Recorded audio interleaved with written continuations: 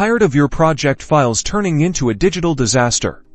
Let's get your code organized and ready for collaboration by creating a GitHub repository in under 90 seconds. First, head over to GitHub Homepage and make sure you're logged into your account. If you don't have one, signing up is quick and easy. Once you're logged in, look at the top right corner. You'll see a plus icon. Click on that, and in the drop-down menu, select New Repository. This will take you to the repository creation page. Now, let's give your repository name. This should be something descriptive and easy to remember. Think of it as the title of your project. Keep it short and sweet. Next, you have the option to add a description. This is a brief explanation of what your project is about. It's a good way to give others and yourself in the future context about your code. Now, let's choose the repository's visibility. Public repositories are visible to everyone, while private repositories are only accessible to you and those you grant permission. Choose the option that best fits your project's needs. Scroll down a bit, and you'll see the option to add a README file. I highly recommend checking this box. A README file is the first thing people see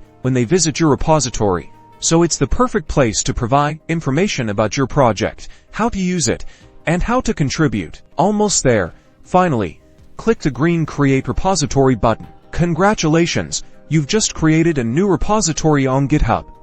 Now you can start adding your code, track changes, and collaborate with others. Get coding.